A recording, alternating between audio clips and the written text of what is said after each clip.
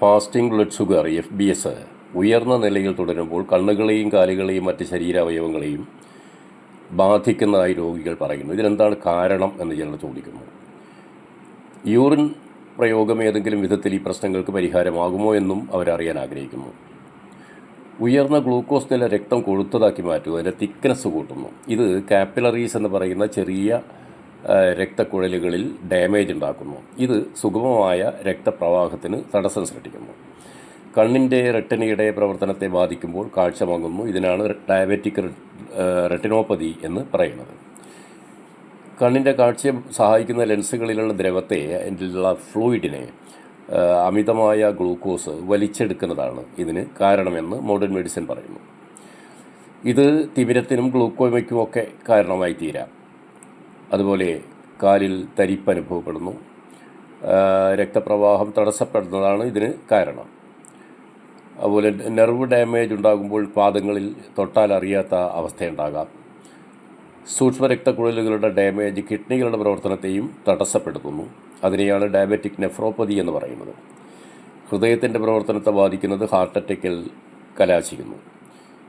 ബ്രെയിനിലേക്കുള്ള രക്തപ്രവാഹം തടസ്സപ്പെടുന്നതിനും ഇത് കാരണമാകുന്നു. അപ്പോഴാണ് സ്ട്രോക്ക് സംഭവിക്കുന്നത്. നാഡികളെയും ഈ അവസ്ഥ ദോഷകരമായി ബാധിക്കുന്നത് കൊണ്ട് ഡയബറ്റിക് ന്യൂറോപ്പതി എന്ന അവസ്ഥയ്ക്കും ഇത് കാരണമാകുന്നു. പാദങ്ങളെയും ചർമ്മങ്ങളെയും എല്ലാം ഈ അവസ്ഥ ദോഷകരമായി ബാധിക്കുന്നുണ്ട്. ഇനി യൂറിൻ കുടിക്കുമ്പോൾ പലരും പ്രമേഹ സംബന്ധമായ പ്രശ്നങ്ങൾക്ക് കുറവുണ്ടെന്ന് അവരുടെ അനുഭവത്തിലൂടെ പറയുന്നു.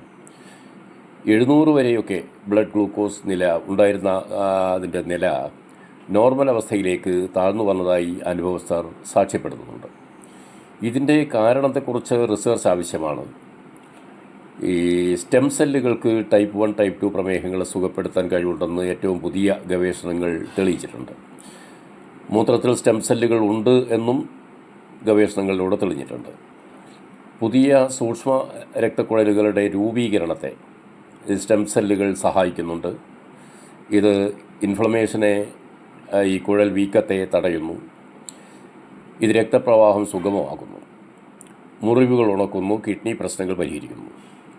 അതുപോലെ എക്സോസോമുകൾ, കോശങ്ങൾ പുറത്തുവിടുന്ന സ്രവങ്ങളാണ് എക്സോസോമുകൾ. ഇത് പ്രമേഹ പ്രശ്നങ്ങൾ നിയന്ത്രണ വിധേയമാക്കാൻ കഴിവുള്ളതായി കണ്ടെത്തിയിട്ടുണ്ട്. അതും പുതിയ ഗവേഷണ ഫലമാണ്. ആധുനിക വൈദ്യശാസ്ത്രം എക്സോസോമുകളുടെ രോഗശമന ശേഷി തെളിയിച്ചിട്ടുണ്ട്. മൂത്രത്തിലെ യൂറോകൈനേസിന് രക്തത്തിൻ്റെ തിക്നെസ് കുറക്കാൻ കഴിവുണ്ട്. അതുപോലെ ബ്ലഡ് ഗ്ലൂക്കോസിനെ ക്രമീകരിക്കാൻ ഹോർമോണുകൾക്കും എൻസൈമുകൾക്കും കഴിയും. നമ്മുടെ കുടലിൽ ഉൽപ്പാദിപ്പിക്കപ്പെടുന്ന ഇൻക്രെറ്റിൻ ഹോർമോണുകൾ ഇൻസുലിൻ ഉൽപ്പാദനത്തെ ത്വരിതപ്പെടുത്തും. ഗട്ടിൻ്റെ ആരോഗ്യാവസ്ഥ ശക്തമാക്കാൻ മൂത്രത്തിലെ പോഷകങ്ങൾക്ക് കഴിയുന്നുണ്ട്. മൂത്രപാനത്തിലൂടെ പ്രമേഹ രോഗം സുഖപ്പെടുകയോ ശമിക്കുകയോ ചെയ്യുന്നതായി അനുഭവസ്ഥർ പറയുന്നു. ഗ്ലൂക്കോസ് ലെവലിൽ കാര്യമായ കുറവ് കാണാത്തവരും മൂത്രപാനം മൂലം മറ്റ് പ്രയാസങ്ങളില്ലെന്ന് സാക്ഷ്യപ്പെടുത്തുന്നു. ഇതിൻ്റെ ശരിയായ കാരണം ശാസ്ത്ര ഗവേഷകർ കണ്ടെത്തണം. നന്ദി.